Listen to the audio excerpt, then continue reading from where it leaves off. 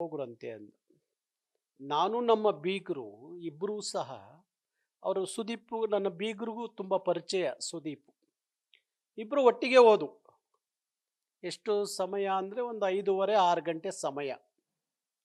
ಹೋಗಿ ಅವರೂ ಸಹ ಬಿಗ್ ಬಾಸ್ ವಿಚಾರ ಚರ್ಚೆ ಮಾಡಲಿಲ್ಲ. ನನಗೆ ಚರ್ಚೆ ಮಾಡಲಿಕ್ಕೆ ನಾನೇನು ದಿನ ಬಿಗ್ ಬಾಸ್ ನೋಡೋನಲ್ಲ. ಬಿಗ್ ಬಾಸ್ ಬಗ್ಗೆ ನನಗೇನು ಅಷ್ಟೊಂದು ಗೊತ್ತಿಲ್ಲದ ವಿಚಾರ.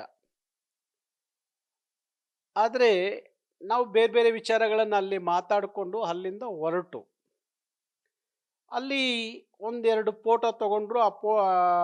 ಇನ್ವಿಟೇಷನ್ ಕೊಡುವಾಗ ಆ ಫೋಟೋನ ಸೋಷಿಯಲ್ ಮೀಡಿಯಾದಲ್ಲಿ ಹಾಕಿರು. ಈ ಮೂರ್ಖರಿಗೆ ಕನಿಷ್ಠ ತಿಳ್ಕೋಬೇಕು ತಿಳ್ಕೋಬೇಕು ಯಾಕೆ ಹೋಗಿದ್ದಾರೆ ನಾರಾಯಣಗೌಡರು.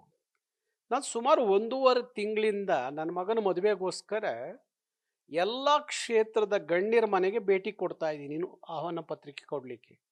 ಅದು ದಿನನಿತ್ಯ ಸೋಷಿಯಲ್ ಮೀಡಿಯಾದಲ್ಲಿ ಬರ್ತಾ ಇದೆ ಫೋಟೋ.